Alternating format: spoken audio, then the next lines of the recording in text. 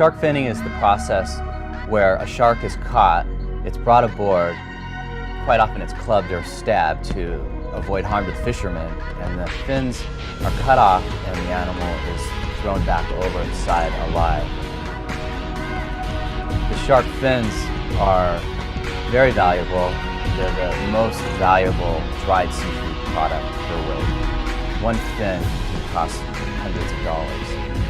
It's highly prized in Asian cuisine for shark fin soup.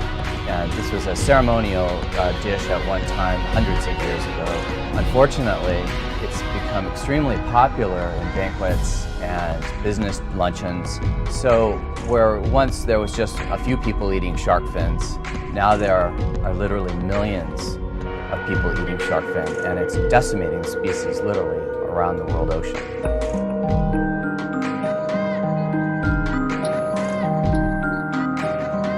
Sharks are extremely vulnerable to overfishing because they have very late onset of reproduction, sometimes 15, sometimes 20 years for some of the larger sharks. They're much like humans in that respect. They also have few young. So if you're killing a shark, you may be killing a shark that's never had a chance to reproduce, or you may be killing a shark that can only have maybe 25 or 30 children, if you will, or pups in its entire lifetime.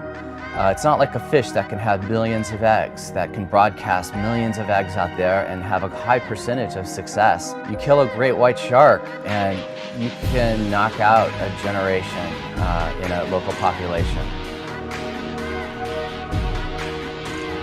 The sharks are going to be gone in decades, not hundreds of years. They're going to be gone in a decade or two.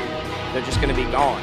It's already happening in places where there are specific shark species that you don't see anymore in certain parts of the world at all. They're never sighted anymore. And it's not because they've decided to go somewhere else.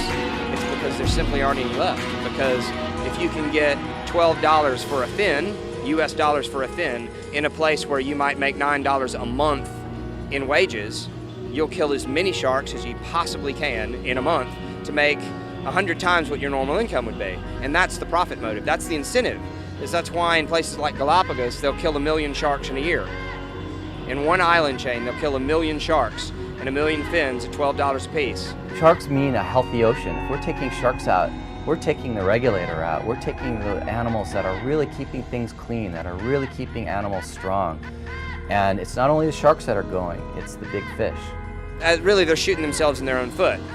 So by killing that apex predator, they change the whole pyramid and the fish will go somewhere else. The same thing that happened in Southern California. You kill all the sheephead that eat the urchins, and then the urchins explode, they eat the kelp, and then the kelp goes away, and then all the species on the west coast of the United States have disappeared because there's no kelp, because they all depended on living in the kelp. So one thing always affects something else. Sta succedendo la stessa identica cosa agli squali. E non sta succedendo dall'altra parte del mondo, ma sta succedendo anche nella nostra bellissima Europa. Gli squali vengono pescati, gli vengono tagliate le pinne e vengono ributtati in acqua.